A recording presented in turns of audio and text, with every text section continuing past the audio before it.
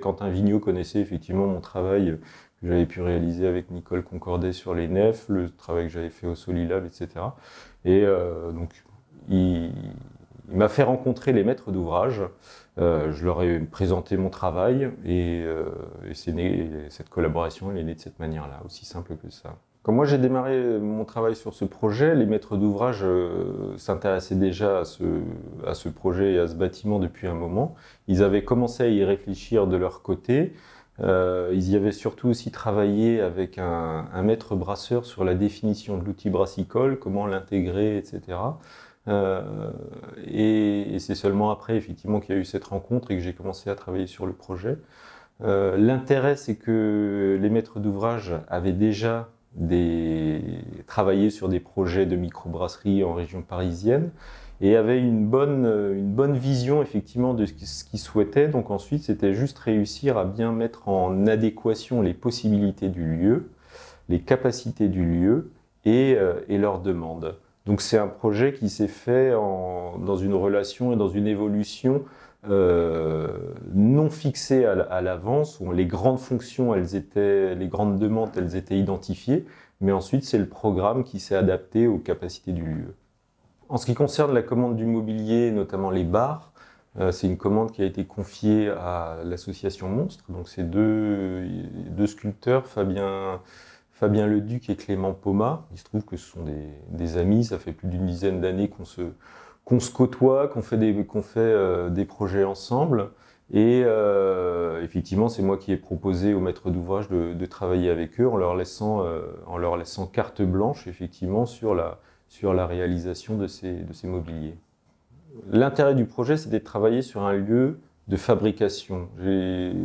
C'est quelque chose que j'apprécie effectivement, cette contrainte de dire comment on intègre un outil de production au sein d'un projet. Et en plus, là, dans ce cas-là, au sein d'une réhabilitation d'un bâtiment qui lui-même était déjà un bâtiment industriel. Et tout l'enjeu, c'est effectivement comment on met en scène cet outil de production. Et c'est vrai que le métier de scénographe, ou en tout cas ce regard-là, il n'est pas antinomique avec cette mise en valeur.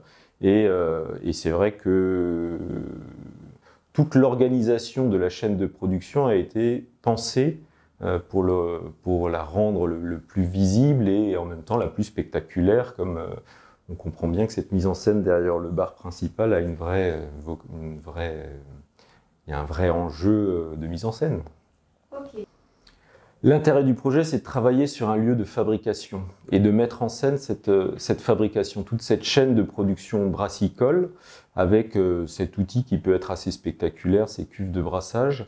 Et en effet, le fait d'avoir aussi une compétence en scénographie permet d'avoir un vrai regard sur la manière dont on organise les choses et on les met en scène, tout simplement. Le bois, il s'est imposé assez naturellement. Le bâtiment d'origine était largement construit en bois, en tout cas pour ce qui concerne les planchers. Du coup, le prolonger ou reconstruire ou utiliser le bois en fait pour le reconstruire, c'est assez vite imposé.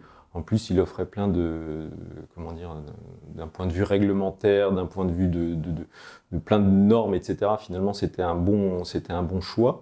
Et ensuite, pour ce qui est de la halle de fabrication, qui elle est plutôt en charpente métallique, c'était pour également des raisons techniques, mais aussi en référence un peu à la halle qui était à l'origine adossée, qui était faite de charpente métallique.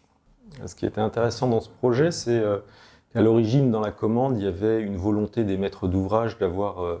ils considéraient que le rôle de l'architecte, c'était de faire une enveloppe et qu'ensuite, il y aurait une équipe de décorateurs qui allait décorer le lieu. Et ma grande satisfaction dans ce projet, c'est que finalement, au fur et à mesure de sa reconstruction, ils ont perçu la volonté et les choix architecturaux qui ont été faits de travailler avec des matériaux bruts, visibles, de conserver au maximum d'existants, et qu'à la fin, il n'y avait pas besoin de surrajouter une décoration, etc. Le lieu, il était là, il s'imposait par son architecture et ça ne nécessitait rien d'autre à part effectivement le meubler.